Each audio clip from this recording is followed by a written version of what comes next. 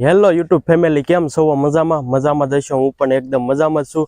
સૌ પ્રથમ પહેલા જય માતાજી, જય દ્વારકાધીશ, જય જવાન, જય કિસાન. તો મિત્રો અત્યારે 9 વાગી ગયા સીવી અને આપણે ભેહું સારવી સીવી. આપણે લગભગ ઘણા ટાઈમથી આપણા વ્લોગ નહોતા આવવાનું એક જ કારણ છે. એ તમને કહેવાય એવું નથી અને શક્ય હશે તો વિડીયોમાં એન્ડ સુધી બન્યા રહેજો. તમને વિડીયોના એન્ડમાં કહીશ. અને તો મિત્રો અત્યારે વાગી ગયા છે અને આપણે ભેહું સારવી સીવી અને આપણી માંડવી તે બધી જવો શીંગું બધું ખળામાં પડી છે. શીંગું આપણે લઈ લીધી છે, જે 20 વીઘાની લેવાની બાકી છે અને હવે આપણે હલ્લરમાં ધાર કરીને ગુણું ભરવાની છે. અને જો આપણી ભેહું બધી અહીંયા સરે છે. આપણું ગડાન છે, આમાં આપણે બળગ્યા સારવાના હોય છે અને હવે વરસાદને એવું કંઈ આવે એવું નથી એટલે હવે આમાં સરવાનું ન થાય એટલે બળદ નથી સરતા. હવે આપણે છેલ્લે આમાં ભેહું સારી દેવી સીવી. જુઓ આખું ગઢાણ છે આપણું. તો મિત્રો વિડીયોમાં એન્ડ સુધી બન્યા રહેજો.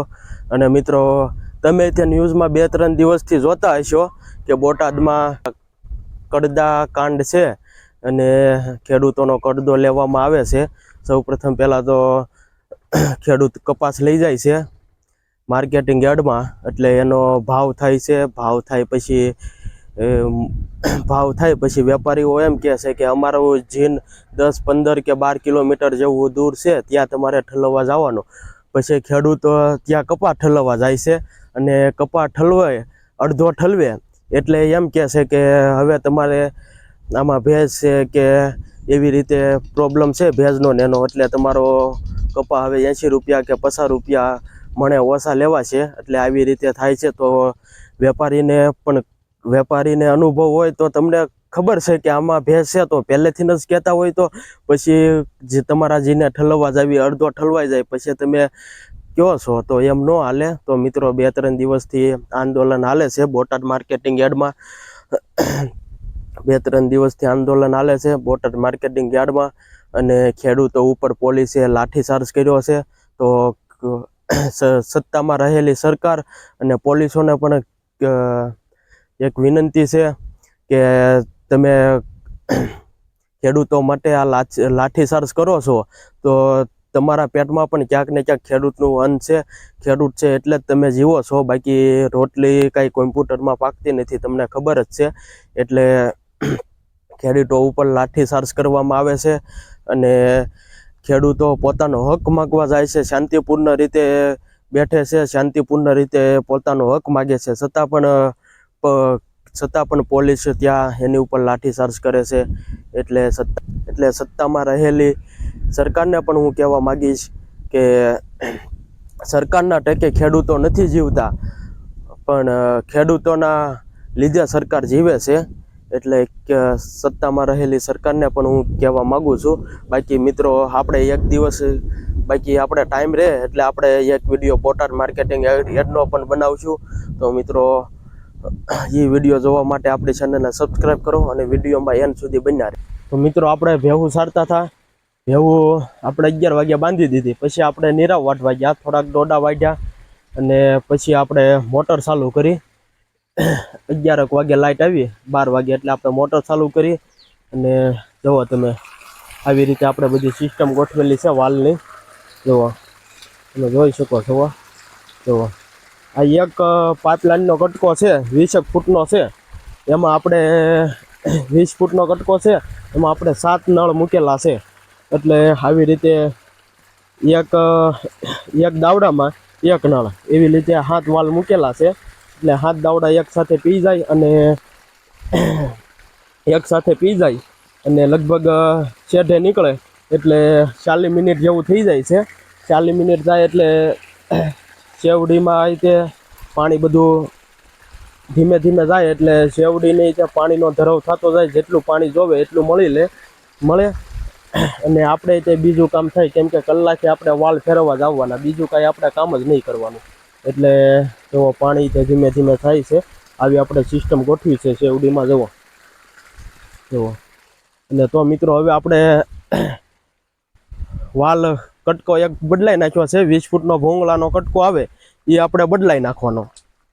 એ કટકો બદલાઈ નાખો એટલે ઓટોમેટિક 7 નળ બીજા 7 દાવડામાં વયા જાય. એટલે એવી રીતે બધી સિસ્ટમ ગોઠવેલી છે આપણે.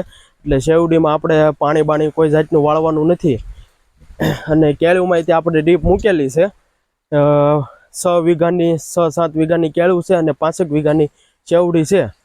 અને આપણે બપોર પહેલાં આવી રીતે પાણી વાળતા હતા. અને કલાકનો ટાઈમ રહે, કલાકે હરિયું ભરાય એટલે આપણને ટાઈમ રહે એટલે આપણે કળી મેળામાંથી બહાર કાઢતા હતા. કેમ કે હવે બીજી વાડી છે ત્યાં લાઠીને બધું કમ્પ્લીટ થઈ ગયું છે. પાળા બાળા બધા ઊભા થઈ ગયા છે. અને હવે આપણે 2-3 દિવસમાં કળી સોંપવાની થાય. અને ડુંગળી પારવાના દાડિયા છે.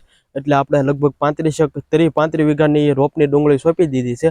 હવે જે આપણે ડુંગળી સોંપી એ બધી હવે આપણે કળીની સોંપવાની છે. તો જો મિત્રો, આપણે બપોર પહેલાં કળી બધી બહાર કાઢી છે મેળામાંથી. જુઓ, આ બધી કળી આપણે મેળામાંથી બહાર કાઢી છે. અને આ કળી ઘરે હતી એ આપણે કાલે ભરીને લાવ્યા છે. અહીંયા સૈયા ઠલવી છે. હવે આમાંય તે આપણે હળદરની ધાર કરવાની છે કળીમાંય તે. એટલે કે ધાર કરવી એટલે બધું કચરો હોય, બધો કળીના લોદર ને એવું બધું હોય એ બધું ઉડાડી દે અને સાફ કરી નાખે. કળી એકદમ સાફ કરી નાખે. અને આ અત્યારે આપણે મેળામાંથી બહાર કાઢી છે. તો હવે મિત્રો આપણે વાલ ફેરવી નાખ્યા છે. અને હવે આપણે હળદર લઈને આપણી ખળામાં શીંગ પડી છે એને આપણે સાફ કરવાની છે.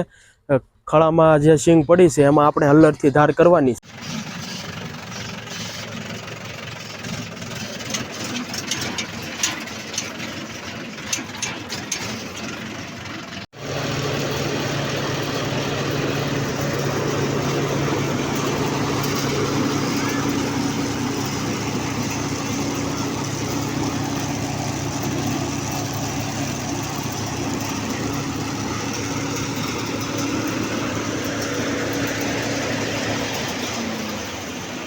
તો મિત્રો, આપણે હળદરમાં શીંગની ધાર કરતા હતા એટલે હળદર તો હજી હાલે છે, શીંગની ધાર ચાલુ જ છે.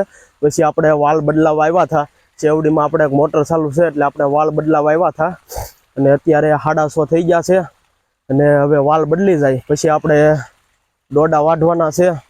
મકાઈ થોડીક વાઢવાની છે ભેંસુ માટે નિરાવ.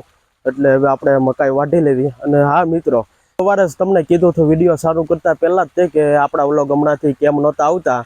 તો કે વ્લોગ નહોતા આવતા એનો બીજું કોઈ પ્રોબ્લેમ નહોતો. એનો પ્રોબ્લેમ એક જ હતો, આપણો મોબાઈલ પાણીમાં પડી ગયો હતો. એટલે એના કારણે વ્લોગને એવું કંઈ આવતું નહોતું. કેમ કે આપણો મોબાઈલ પાણીમાં પડી ગયો એટલે ખરાબ થઈ ગયો. એટલે રિપેર કાંઈ થાય એમ હતો નહીં. પણ આપણે તરણસાદ દુકાને બતાવ્યો એટલે મોબાઈલ તો રિપેર થઈ ગયો છે. અને હવે બીજો કાંઈ પ્રોબ્લેમ ન આવે તો મોબાઈલ તો રિપેર થઈ ગયો છે. મોબાઈલ તો પહેલાં જેમ જ હાલે છે. એટલે બીજું કાંઈ પ્રોબ્લેમ નથી. અને જો હવે બીજો કાંઈ પ્રોબ્લેમ ન આવે મોબાઈલનો તો આપણા વ્લોગ આમનામ ચાલુ જ રહેશે. કેમ કે હજી હમણાં મોબાઈલ લેવાની કાંઈ ફર છે નહીં. કેમ કે યુટ્યુબમાંથી કાંઈ ઇન્કમ આવતી નથી. હજી યુટ્યુબમાંથી કાંઈ અર્નિંગ ચાલુ થઈ નથી. તમે સપોર્ટ કરો, વિડીયોને લાઇક, શેર અને સબસ્ક્રાઈબ ને એવું બધું બીજા મિત્રો પાસે કરાવો તો આપણે ધીમે ધીમે વોચ ટાઈમ બી કમ્પ્લીટ થઈ જાય અને આપણી અર્નિંગ ચાલુ થઈ જાય.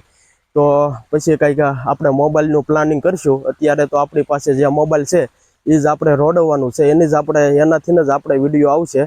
તો મિત્રો, આજનો વ્લોગ અહીંયા સુધી. કાલે મળીએ ફરી નવા વ્લોગ સાથે. ત્યાં સુધી બધાને જય માતાજી.